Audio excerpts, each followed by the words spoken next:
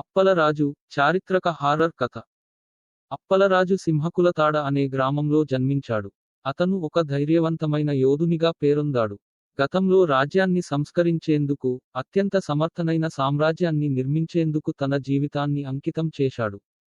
అయినప్పటికీ, అతనిని తిరస్కరించిన శిష్యులు అతనిని నమ్మకంతో ప్రమాదాలు చేసి, అతని ప్రాణాలను తీసుకున్నారు. అనాథగా మారిన అప్పలరాజు తన శత్రువుల నుంచి తిరుగుబాటు చేసి, తమ రాజ్యాన్ని అణగదొక్కాడు. ఒక దారుణమైన చీకటి రాత్రిలో, అప్పలరాజు యొక్క దుఃఖం, ఆవేదన మానసిక స్థితిలోకి వెళ్ళిపోయింది.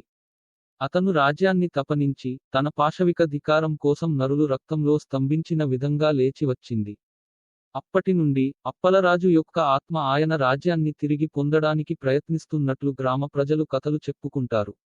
చాలా మంది చెప్పుకుంటున్నారు, బూడిద రాత్రులలో, ఎడారి బండల మీద అప్పలరాజు యొక్క జాతి వంటి దూరలా సంచరించుకుంటున్నాయి. ఈ కథ గ్రామస్తులకు జడిదార, భయాన్ని కలిగించే అంశంగా మారింది. ఇది సాహసికులు, చరిత్ర విశ్లేషకులు మరియు బహుళ ప్రజా సమూహాలను ఆకర్షించింది.